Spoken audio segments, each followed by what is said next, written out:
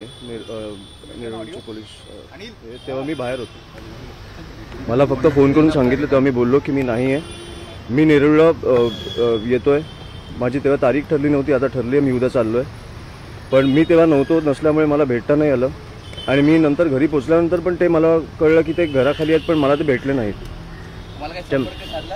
नाही, त्याच्यामुळे मी खाली आमचे जे पोलीसवाले जे प्रोटेक्शनसाठी बसतात त्यांना पण मी विचारलं नेरूळमधनं कोण आलं आहे का. त्यांचं पण म्हणणं होतं नाही. तर मला माहीत नाही कुठे बसलेले, समोरच्या कट्ट्यावर बसले का कुठे बसलेले, पण मला ते काल भेटले नाहीत. त्याच्यामुळे मी उद्या चाललो आहे. आणि मी त्यांना बोललेलो की मी नाही आहे, मी घरी नाही आहे, मी नेरूळला येऊन ती नोटीस घेतो.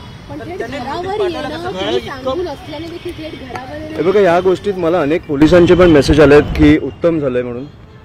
मी आता नावं नाही घेऊ शकत, पण ह्या गोष्टीवरनं कळतं की तुम्हाला त्या पोलिसांवर बिचाऱ्यांवर किती प्रेशर असेल. त्याच्यामुळे ते हे काय स्वतःच्या मर्जीने नाही करत आहेत. आणि आपल्याला माहिती आहे प्रेशर कोण टाकते. आता पुरावे नसल्यामुळे मी नावं नाही घेऊ शकत, पण तुम्हाला पण माहिती आहे, मला पण माहिती आहे.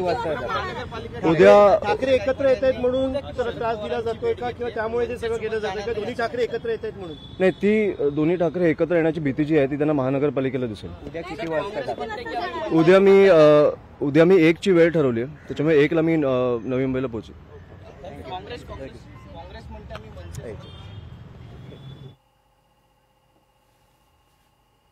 इतरही बातम्यांचा आढावा घ्यायचा, मात्र बुलेटिनमध्ये घेऊयात एक छोटा